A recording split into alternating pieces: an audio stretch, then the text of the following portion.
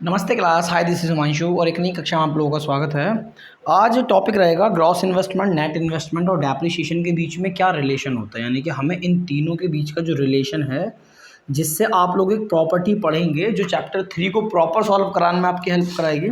उसका सबसे पहला फॉर्मूला आपका यहाँ से बनेगा जिसको पढ़ेंगे आप ग्रॉस इन्वेस्टमेंट, नेट इन्वेस्टमेंट और डेप्रिसिएशन के दम पे। ठीक है, इनको एक एक करके जानेंगे। सबसे पहले कि ग्रॉस इन्वेस्टमेंट क्या होता है, नेट इन्वेस्टमेंट क्या होता है, ये डेप्रिसिएशन क्या होता है। जो कॉमर्स वाले बच्चे उन्हें तो पता, पर आप ध्यान रखना कि ये क्वेश्चन भी एग्जाम में अलग से 3 मार्क्स तक पूछा गया है और इसके अंदर 1 नंबर के क्वेश्चन भी आमतौर पर बन जाते हैं। तो जितना इंपॉर्टेंट इन दोनों के बीच का रिलेशन है ग्रॉस से नेट या नेट से ग्रॉस का, उतना ही इंपॉर्टेंट डेप्रिसिएशन है, क्योंकि इसके बिना ये पूरा नहीं हो सकता। कॉपी पेन ले लो, नोट्स बनाते हैं और देखते हैं कि वो हमें क्या सिखा सकता है। सही है, सबसे पहली चीज़ तो हमें ये जान लेना चाहिए कि ग्रॉस बाद में छोड़ो, नेट बाद में छोड़ो, हमें सबसे पहले ये जानना चाहिए कि इन्वेस्टमेंट शब्द का क्या मतलब है। सिर्फ इसका कि ये इन्वेस्टमेंट हमें क्या समझाना चाहता है, क्योंकि जब तक आपको इन्वेस्टमेंट के बारे में पता नहीं चलेगा तब तक आप ग्रॉस या फिर नेट इन्वेस्टमेंट के बीच का डिफरेंस नहीं समझ पाएंगे। क्योंकि हमारी बुक भी हमें सबसे पहले इन्वेस्टमेंट को समझाती है। अब आपको एक ध्यान और रखना पड़ेगा कि आप इन्वेस्टमेंट को एक नाम से और जानते हैं और वो दूसरा नाम होता है आपका कैपिटल फॉर्मेशन। ठीक है, और ये क्वेश्चन इंपॉर्टेंट इसलिए बैठता कैपिटल फॉर्मेशन का, क्योंकि एग्जाम में वो कभी कभी ये कह देता है कि यार एक बात बताओ, मैं कि पूछो ये कैपिटल फॉर्मेशन स्टॉक है या फ्लो है, तो बच्चा इस कैपिटल फॉर्मेशन को कैपिटल समझ के गलत लगा देता है। ठीक है, तो ये बात आगे आएगी तो बताई जाएगी, या जब भी क्वेश्चंस का जब हम इनको क्वेश्चंस के सीरीज में आएंगे तब हम सबके बारे में बात करेंगे करके। द पॉइंट इज कि what is investment. Investment capital formation का क्या मतलब, ये कहता है कि रेफर्स, वो किस बात को रेफर करता है, रेफर्स टू एडिशन, यानी कि जोड़ने की बात कर रहा है। क्या जोड़ने की बात कर रहा है, refers to addition to the capital stock. What is capital stock, वही कैपिटल गुड्स की तरह ट्रीट नहीं हो रहे, कैपिटल स्टॉक, ठीक है, ऑफ एन इकोनॉमी। तो जब आप एक इकोनॉमी में कैपिटल स्टॉक को ऐड करते हैं, सही है, यानी कि आपने अपनी इकोनॉमी में कुछ भी एक्स्ट्रा ऐड करा। मान के चलो आपके घर में 4 गाड़ियाँ हैं जो कि एज अ इन्वेस्टमेंट है, आप उससे पैसा कमाते हो, आपने एक और खरीद ली, 5वां वो भी इन्वेस्टमेंट है। तो कहता है कि भैया आपका जो कैपिटल स्टॉक है, जो आपका जो कैपिटल गुड्स में कह सकता हूँ, उसके अंदर जो चीज़ें ऐड हो रही हैं, ये जो एडिशन की बात यहाँ पे कर रहा है, ये उस बात को रिप्रेजेंट करता है। ठीक है, आपकी कंपनियाँ चल रही हैं, आपके पास सपोज करो 10 मशीनें थी, आप 5 मशीनें और ले आए, तो वो जो 5 मशीनें हैं वो कैपिटल स्टॉक हैं, और बल्कि 10 से अब कितनी हो गई हैं, क्या ऐड हो गया, कितना ऐड हो गया, 5 मशीन और ऐड हो गई हैं, तो उसी ऑप्शन को हम लोग क्या बोल देंगे, इन्वेस्टमेंट बोल देंगे। इन्वेस्टमेंट के दम पर पैसा कमाते हो। ठीक है, अब मुद्दा क्या आता है कि सर इन्वेस्टमेंट तक चलो ठीक है, अब ये बताओ ग्रॉस का मतलब क्या होता है। ये ग्रॉस इन्वेस्टमेंट, ठीक है, ग्रॉस इन्वेस्टमेंट, मेरा पन्ना गंदा हो रहा है आज। अब ठीक है, ठीक है, ग्रॉस इन्वेस्टमेंट क्या होता है, तो भैया ये भी एक तरह का खर्चा है। ऑब्वियसली बात है, इन्वेस्टमेंट एक तरह का एक्सपेंसिव होता है, एक्सपेंडिचर होता है। तो क्या कहता है ग्रॉस इन्वेस्टमेंट क्या होता है, कहता है इज द एक्सपेंडिचर, ये सब आपकी बुक के अंदर गिवन है, कोई मनगढ़ंत नहीं है। Is the expenditure on purchasing, या परचेजेस कुछ भी लिख सकते हो, परचेजेस लिख दो, परचेजिंग लिख दो, ऑफ फिक्स्ड एसेट्स। अब जो बच्चे कॉमर्स स्ट्रीम के हैं उनके लिए तो ये सब कॉमन है, फिक्स्ड एसेट्स। आप ऐसे कह लो कि एसेट्स होती हैं संपत्तियां। आप ऐसी संपत्तियों की बात कर रहे हो जो आपको 1 साल से ज़्यादा, कम से कम 1 साल से ज़्यादा तक बेनिफिट्स प्रोवाइड करती रहती हैं। एंड किसकी बात कर रहा है वो, अनसोल्ड स्टॉक। याद है उसमें जो पहले बताया था, चेंज इन स्टॉक करके जो बताया था कैपिटल गुड्स के अंदर, बेसिकली जो हम उसको पढ़ रहे थे इससे पहले फाइनल गुड्स के अंदर, तो हम उसमें 3 पढ़ा था, कंजम्पशन बेस्ड, कैपिटल गुड्स और एक चेंज इन इन्वेस्टमेंट, वो वाला भी इसी के अंदर आता है। Unsold stock during the accounting year कह दो या अकाउंटिंग पीरियड कह दो, ड्यूरिंग द अकाउंटिंग ईयर, मतलब अकाउंटिंग ईयर की अगर मैं बात करूँ तो ये कब शुरू होता है, ये आमतौर पर शुरू होता है 1 अप्रैल वाले दिन। सपोज ये अप्रैल 2023 है, तो अगले साल का जो 31 मार्च 2024 आएगा उसमें आपकी 12वीं होगी। तो आप जो बच्चे इस साल 12वीं में, 2023 और 24 का एडिशन है। तो ग्रॉस इन्वेस्टमेंट क्या होता है कि आप जो फिक्स एसेट्स खरीदते हो या फिर जो सामान आपका करंट ईयर में बिना बिके रह जाता है, उसमें जो आपका पैसा लगा हुआ है उसको बोला जाता है आमतौर पर ग्रॉस इन्वेस्टमेंट। ठीक है, और ध्यान रखना कि जब आगे इसको पढ़ोगे तो आपको समझ में आएगा कि ग्रॉस इन्वेस्टमेंट के अंदर, मतलब ग्रॉस इन्वेस्टमेंट के साथ डेप इंक्लूड होता है। इस ग्रॉस इन्वेस्टमेंट के अंदर, या कह दूँ मैं ग्रॉस इन्वेस्टमेंट के साथ, इसके जो साथ जो डेप्रिशिएशन होता है, डेप्रिशिएशन इंक्लूड होता है, इंक्लूड, ठीक है, इंक्लूड होता है, ठीक। ये वाली बात है, बड़ी प्यारी बात मैंने आपको बताई। क्यों ये मैंने पेंसिल से इसलिए लिखा था कि मतलब आप लोगों को बाद में ध्यान रह सके यार ग्रॉस और नेट के बीच में क्या डिफरेंस है और डेप ही है, ठीक है। अब ग्रॉस और नेट के बीच में किस बात का डिफरेंस है और डेप्रिशिएशन है, तो इसी बात पे हम लोग डेफिनेशन जानते हैं किसकी, आपके नेट इन्वेस्टमेंट की, कि आपका नेट इन्वेस्टमेंट क्या होता है। तो ये क्या कहता है, is the expenditure purchase of fixed assets. अब ये कहता है कि ये एक्चुअल को रिप्रेजेंट करता है, द एक्चुअल एडिशन, सही है, actual addition made to the capital stock. अब वही ऊपर वाली लैंग्वेज है भाई, जब हम इन्वेस्टमेंट की डेफिनेशन पढ़ रहे थे तो उसमें क्या कह रहा था, वो खाली एडिशन की बात कर रहा था। इसने किस शब्द को एक्सट्रैक्ट कर दिया, इसने एक्चुअल शब्द को और एक्सट्रैक्ट कर दिया कि actual addition made to the capital stock of an economy, ठीक है, या ऑफ इकोनॉमी, इकोनॉमी, ठीक है, इन आ गिवन पीरियड, ठीक है। इन अ गिवन पीरियड का मतलब वही जो एक साल होगा आपकी, उसकी बात कर रहा है, in a given period of time, इतना लिख दो। अगर ये डेफिनेशन लगता है कि क्या बात कर रहे हो सर, तो मैं आपको एक बेस्ट एग्जांपल देता हूँ। मैं आपको एक बहुत सिंपल सा एक फॉर्मूला बता दे रहा हूँ। अगर आप इस फॉर्मूला को कर गए, ये हमारा ग्रॉस इन्वेस्टमेंट हो गया, ये हमारा नेट इन्वेस्टमेंट हो गया, इनके बीच में क्या रिश्ता है, तो वो रिश्ता बड़ा इंपॉर्टेंट है और उसको मैं एज अ फॉर्मूला रिप्रेजेंट करूँगा और फिर साथ में आपको एक एग्जाम्पल भी दूंगा मुँह जवानी, ठीक है। देखो भाई, मान के चलो आपने कार खरीदी, एग्जाम्पल के लिए मैं बता रहा हूँ आपको, आपने एक कार खरीदी जिसकी कीमत है 10 लाख रुपए, सही है। तो जब आपने कार खरीदी, आपने एक्सपेंडिचर करा फिक्स एसेट्स को खरीदने में, तो वो जो 10 लाख रुपए आपका क्या कहलाएगा, ग्रॉस इन्वेस्टमेंट कहलाएगा। अब आप इस 10 लाख की कार को सपोज करो 2 साल चला लो, आपने 2 साल चला ली। 2 साल चलाने के बाद मान के चलो कि इस पर हर साल इसकी 10% वैल्यू मार्केट में गिर जाती है, तो 2 साल में कितनी वैल्यू गिर गई, 2 लाख रुपये इसकी मार्केट में वैल्यू गिर गई। तो ये जो 2 लाख रुपए हैं, ये क्या है, ग्रॉस वैल्यू, इसको बोला जाता है जनरली ग्रॉस इन्वेस्टमेंट। ये जो 2 लाख रुपए मार्केट में उसकी वैल्यू गिरी है, उसको बोला जाता है डेप्रिशिएशन, जिसको मैं डेप से रिप्रेजेंट कर रहा हूँ। उसके बाद जो उसकी एक्चुअल वैल्यू, मार्केट वैल्यू बची, इसको बोला जाता है आपकी नेट इन्वेस्टमेंट, ठीक है। तो ये एक बेसिक डिफरेंस है इसके अंदर। इसी बात पे हम एक फॉर्मूला यहाँ पे बना सकते हैं, और फॉर्मूला वो जो आपका बनेगा वो क्या बनेगा कि ग्रॉस और नेट के बीच का जो रिश्ता होता है कि अगर मैं अपने ग्रॉस इन्वेस्टमेंट में से, अगर मैं अपने ग्रॉस इन्वेस्टमेंट में से माइनस कर दूं डेप्रिशिएशन, सही है, अगर मैं ग्रॉस इन्वेस्टमेंट में से माइनस कर दूं डेप्रिशिएशन, तो मुझे कौन सी वैल्यू मिलेगी, तब मुझे मिलेगी मेरी नेट इन्वेस्टमेंट की वैल्यू। ये तो ऊपर मैंने किया, सही है। या फिर आप और इसको किस तरीके से लिख सकते हो, और आप इसको किस तरीके से लिख सकते हो, मान के चलो आपको ग्रॉस इन्वेस्टमेंट ही फाइंड करना हो, आपको ग्रॉस इन्वेस्टमेंट ही फाइंड करना हो, तो वीडियो में जानकारी पूरी रहेगी, हो सकता है कितने की 8 मिनट की तो हो गई, तो भाई मतलब सब्र चाहिए अपने को, तो ठीक है।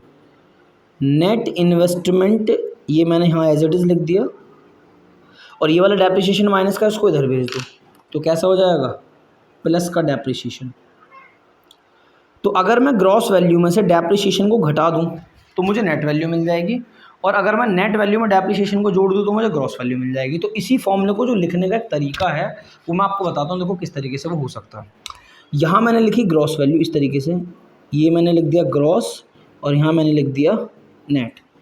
अब कोई मुझे बोले कि ग्रॉस वैल्यू आपको गिवन और आपको फाइंड करना है क्या, नेट, आपको ग्रॉस से कहाँ जाना है, नेट की तरफ जाना है, ग्रॉस से कहाँ जाना है, नेट की तरफ जाना है।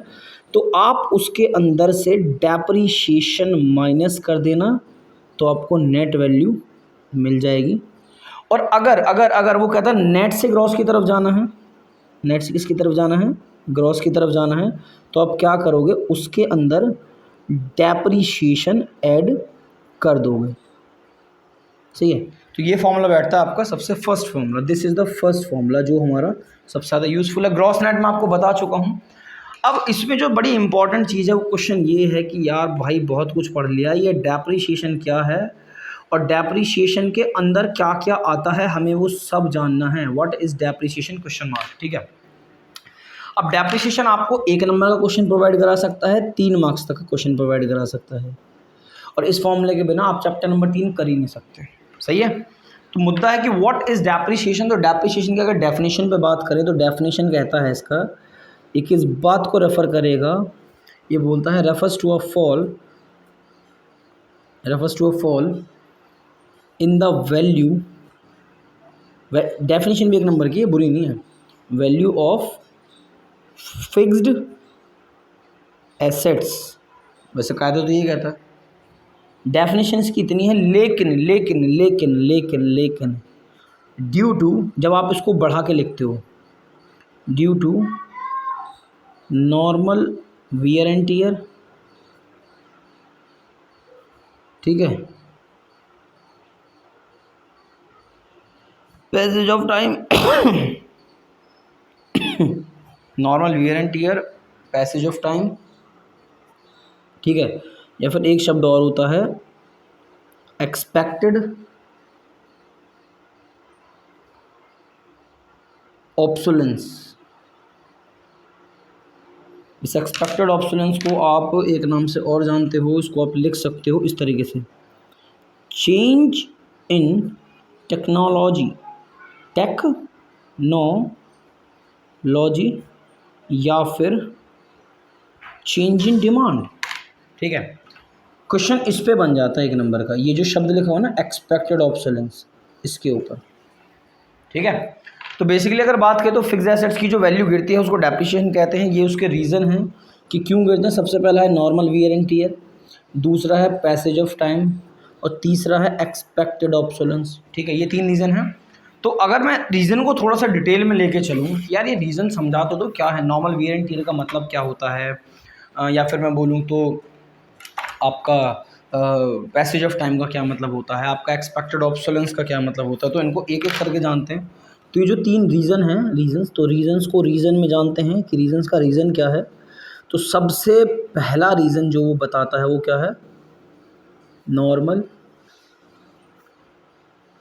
वियर एंड टीयर, सही है, normal wear and tear. And what is this, what is this, सबसे पहले शब्द में आपको इसका मतलब समझ जाएगा। इसका मैं लिख दे रहा हूँ, कॉन्टिन्यूअस यूज़, कॉन्टिन्यूस यूज़, किसी भी चीज़ का जब आप लगातार इस्तेमाल करते रहते हो तो उसकी कीमत गिरना स्वाभाविक है। कॉन्टिन्यूस यूज़ ऑफ किसका, continuous use of fixed assets, of fixed assets, सही है, इन प्रोडक्शन प्रोसेस, ठीक है। Continuous use of fixed assets in production process decrease there productive capacity and values, इस तरीके से आप इसको रिप्रेजेंट कर सकते हो। प्रोडक्शन प्रोसेस, ठीक है, डिक्रीज, जब आप किसी चीज़ का लगातार इस्तेमाल करते हो, लगातार इस्तेमाल करते हो तो उससे क्या इम्पैक्ट पड़ता है, डिक्रीज देयर प्रोडक्टिव कैपेसिटी, क्या कह रहा है, डिक्रीज देयर प्रोडक्टिव कैपेसिटी, ठीक है, एंड वैल्यू, सही है। तो उसने 2 शब्दों का इस्तेमाल करा ये, और इसका जो प्रोडक्शन प्रोसेस है वो क्या हो जाएगा, कम। आप खुद सोचो, आपके पास एक मशीन है, आप एक मशीन को लगातार इस्तेमाल करते जा रहे हो, कॉन्टिन्यूस यूज़ का करते जा रहे हो, तो एक टाइम के बाद उसका जो प्रोडक्शन होगा वो पहले से क्या हो जाएगा, कम हो जाएगा। और जैसे ही किसी मशीन का प्रोडक्शन कम होगा उससे क्या इम्पैक्ट पड़ेगा, उससे ये इम्पैक्ट पड़ेगा कि उसकी जो कीमत है मार्केट में वो गिर जाएगी, ठीक है। दूसरे की अगर मैं बात करता हूँ कि ये पैसेज ऑफ टाइम किस बात को रिप्रेजेंट करता है, तो passage of time, and what is this, ठीक है। तो पैसेज ऑफ टाइम के अंदर भी क्या होता है, जब धीरे धीरे वक्त बीतता है, ठीक है यार, जंग लगने लग जाता है चीज़ों को खड़े खड़े, ठीक है। अब जंग लगेगा तो कीमत तो गिरेगी ही गिरेगी। तो यहाँ पे भी वो कहता है कि value of fixed assets also decrease, also decrease, ठीक है। Value of fixed assets also decrease with passage, with passage, ठीक है, विद टाइम, या विद पैसेज एंड टाइम भी लिख सकता था, ये शायद मैंने दोबारा वर्ड रिपीट कर दिया है। विद पैसेज एंड टाइम लिख दे रहा हूँ मैं, या पैसेज ऑफ टाइम, गलत लिख दिया, पैसेज ऑफ टाइम, ठीक है। बिकॉज ऑफ नेचुरल फैक्टर्स, ये कहता है value fixed assets also decrease with passage of time because of natural factors like rain, बरसात पड़ती है, हवा, खुले में चीज़ें रखी रहती हैं, वेदर, सही है। तो किसी चीज़ की कीमत गिरना इसलिए भी ज़रूरत हो जाता है क्योंकि जब चीज़ों को वक्त बीतता है, तो वक्त बीतते बीतते आप एक चीज़ खरीद लो और साल 2 साल उसे अपने घर में रख लो खुले चौड़े में, एकदम नई नवेली चीज़, सही है। तो उसकी कीमत गिरना मार्केट में स्वाभाविक है, ऐसा कुछ नहीं है कि नहीं हो सकता। पॉइंट नंबर 3, वो हमें क्या बोलेगा कि पॉइंट नंबर 3 का जो रीज़न है वो क्या, आपका एक्सपेक्टेड ऑब्सोलेंस, ठीक है। ये बड़ा ज़रूरी है, तो ये बड़ा छोटा सा वैसे तो ये, बट ये शब्द भारी भरकम है, एक्सपेक्टेड ऑब्सोलेंस, ठीक है। अब ये क्या बताएगा, ये एक्सपेक्टेड ऑब्सोलेंस, ठीक है, क्या बताता है ये कहता है कि वैल्यू डिक्रीज होती है, क्यों, value decrease of fixed assets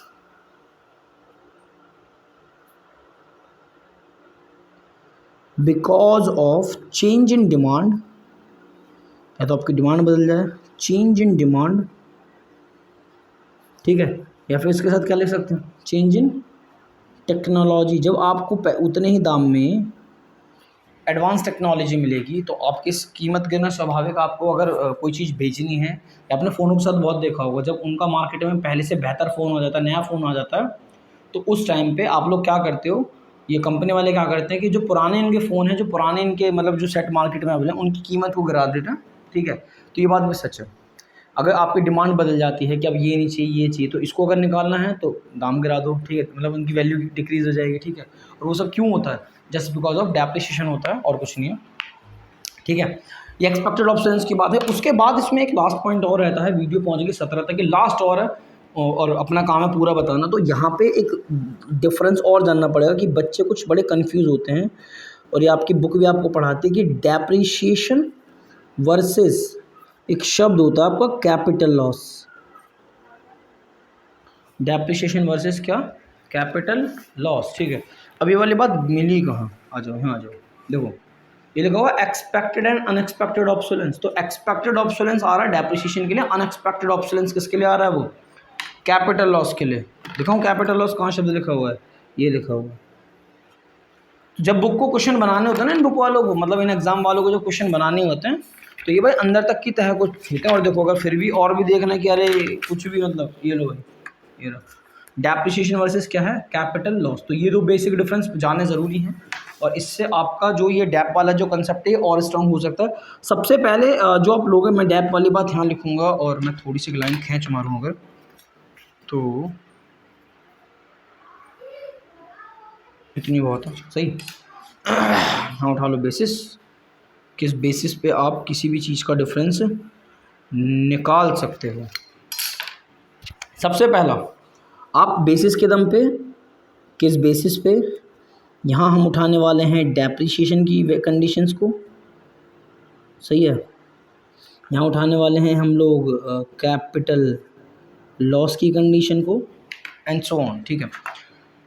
सबसे पहले आप किसी भी चीज़ के मीनिंग के ऊपर काम करेंगे। किसके ऊपर काम करेंगे आप, उसके मीनिंग के ऊपर काम करेंगे कि इसका मीनिंग एक्चुअल में है क्या। डेप्रिसिएशन को ऑलरेडी मैं लिखवा चुका हूँ, ये कहता है इट रेफर्स, बट फिर भी लिख लेते हैं, इट रेफर्स टू फॉल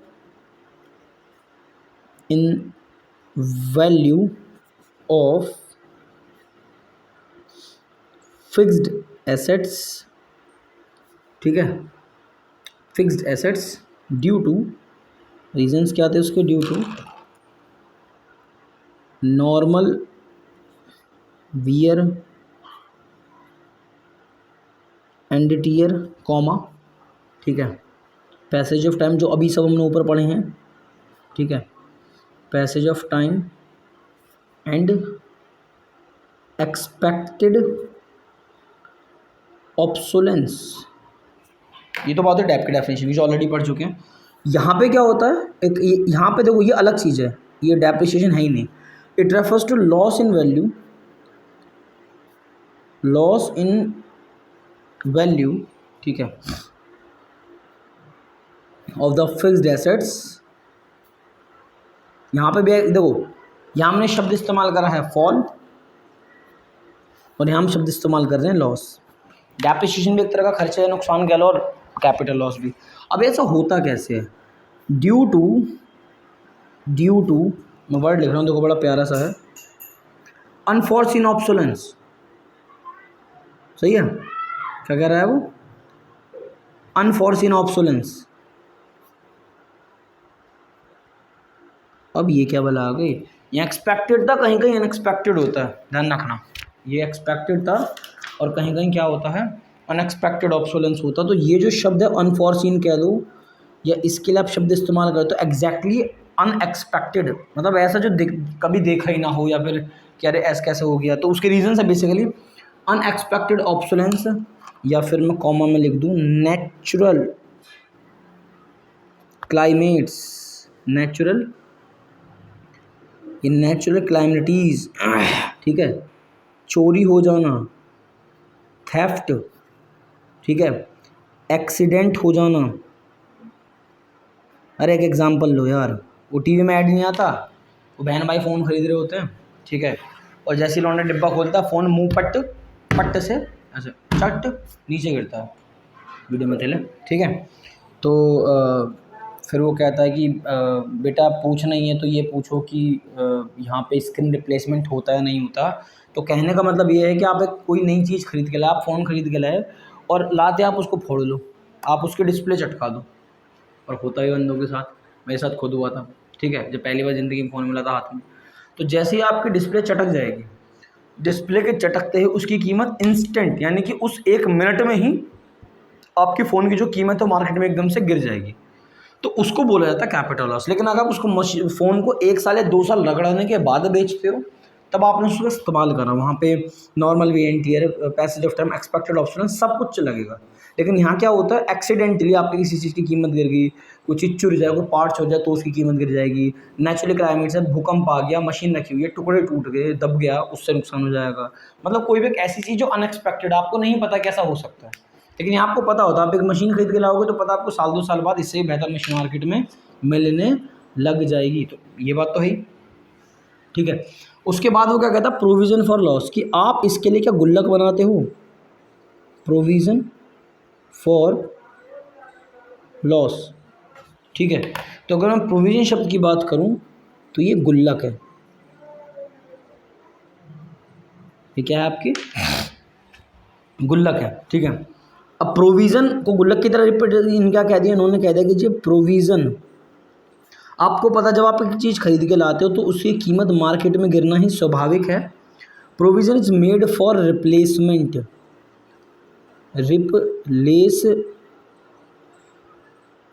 ठीक है,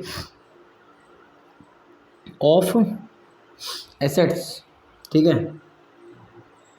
as it is on expected loss. आपको पता है कि जब आप कोई भी चीज़ खरीद के लाओगे तो उस पर डैप लगेगा ही लगेगा, आपको पता है, तो आप उसकी तैयारी पहले से कर सकते हो, आप एक गुल्लक बना सकते हो उसके नाम की, ठीक है। और यहाँ पे ये कहता है कि जो प्रोविज़न है, यानी कि जो गुल्लक है इसके नाम की, provision is made, provision is made कह दो या फिर मेंटेन शब्द लिख दो उसके लिए, मेड कह दिया, फिर क्या कह दिया, मेंटेन कह दिया, थ्रू, किस तरीके का आप उसकी गुल्लक बनाते हो, थ्रू तो उसका मैं नाम डालूँ उसमें, अगर डेप्रिशिएशन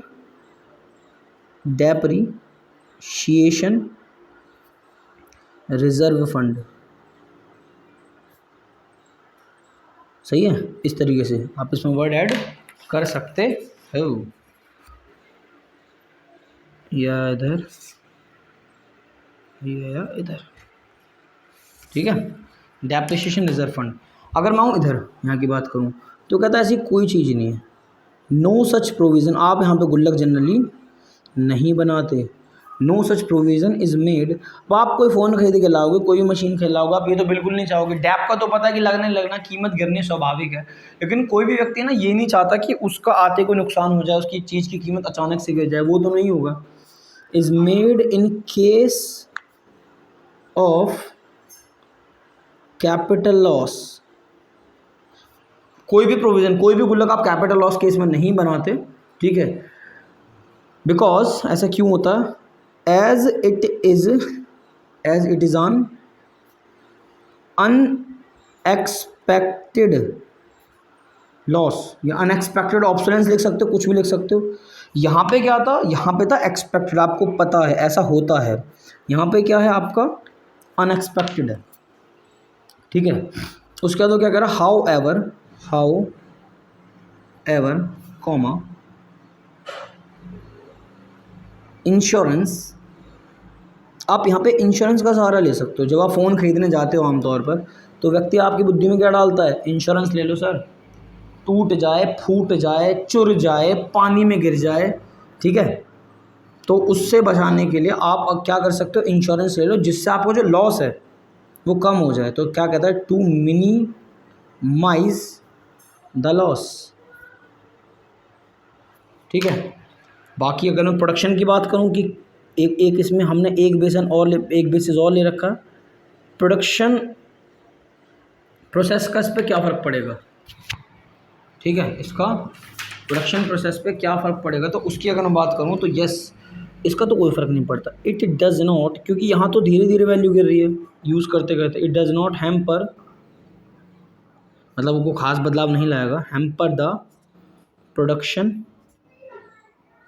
प्रोसेस, मतलब इसका तो ये कहना है कि भाई यहाँ तो कोई फ़र्क पड़ने वाला है नहीं हमारे प्रोडक्शन पे, लेकिन यहाँ क्या होता है, जब एक्सीडेंट होता है, आप एक मशीन खरीद कर लाए, उसके चलते चलते कोई पुर्जा टूट जाए एक्सीडेंटली, तो यस मशीन बंद पड़ जाएगी और इसका असर हमारे प्रोडक्शन प्रोसेस पे पड़ेगा। It hamper the production process, सही है। अब यहाँ जो क्वेश्चन बन चुके हैं ध्यान रख लेना, ये जो अनफॉर्सीन ऑब्सोलेंस है या जो ये एक्सपेक्टेड ऑब्सोलेंस है, इसको अनफॉर्सीन को अनएक्सपेक्टेड कह सकते हो। एक तो डिफरेंस इन दोनों के बीच का बैठ सकता है, कोई बुराई नहीं है। सीधा ये बन सकता है डेप्रिसिएशन क्या हो सकता है, ये बन सकता है कि एक्सपेक्टेड ऑब्सोलेंस या अनएक्सपेक्टेड ऑब्सोलेंस के में कौन सा किसका होता है। तो सीधा पिछले बार क्वेश्चन आया था कि unexpected obsolescence is what, capital loss है, डेप्रिसिएशन है, फिर 2 पॉइंट्स वो आपको और दे देगा। तो अनफॉर्सीन या unexpected obsolescence is nothing, it's a capital loss, ठीक है। तो ये है प्रॉपर पहला फॉर्मूला, तो हमारा यही वाला है, इसमें तो कोई नई बात है नहीं, ये रहा है ना जो मैंने आपको लिखवाया था, ग्रॉस से नेट वाला। यहाँ से शुरू करा हमने, देखो इन्वेस्टमेंट ग्रॉस इन्वेस्टमेंट फॉर्मूला हमने देख लिया समझ के थोड़ा सा, और हमने ग्रॉस इन्वेस्टमेंट नेट इन्वेस्टमेंट के बीच में जो रिलेशन होता है डैप का वो होगा, डैप पढ़ लिया, फिर डैप के रीजन पढ़ लिए। तो फिलहाल इस वीडियो में इतना, इसका जो नेक्स्ट पार्ट आएगा उसमें हम एक और प्रॉपर्टी जानेंगे, और उसके बाद एक पार्ट और इसका आएगा उसमें भी एक और प्रॉपर्टी जानेंगे, तब जाके हमारा चैप्टर कंप्लीट जो है ना खत्म होगा। और फिर जस्ट आप देखना कि चैप्टर 3 के जो फॉर्मूलाज है ना, वो जो मतलब यहाँ से जो बनेगा चैप्टर 3 का एक बेसिक इंट्रोडक्शन लेके इसके जितने भी क्वेश्चन हैं आप देखना कितने आराम से कवर होंगे। तो फिलहाल तो इतना ही, ठीक है, थैंक यू सो मच।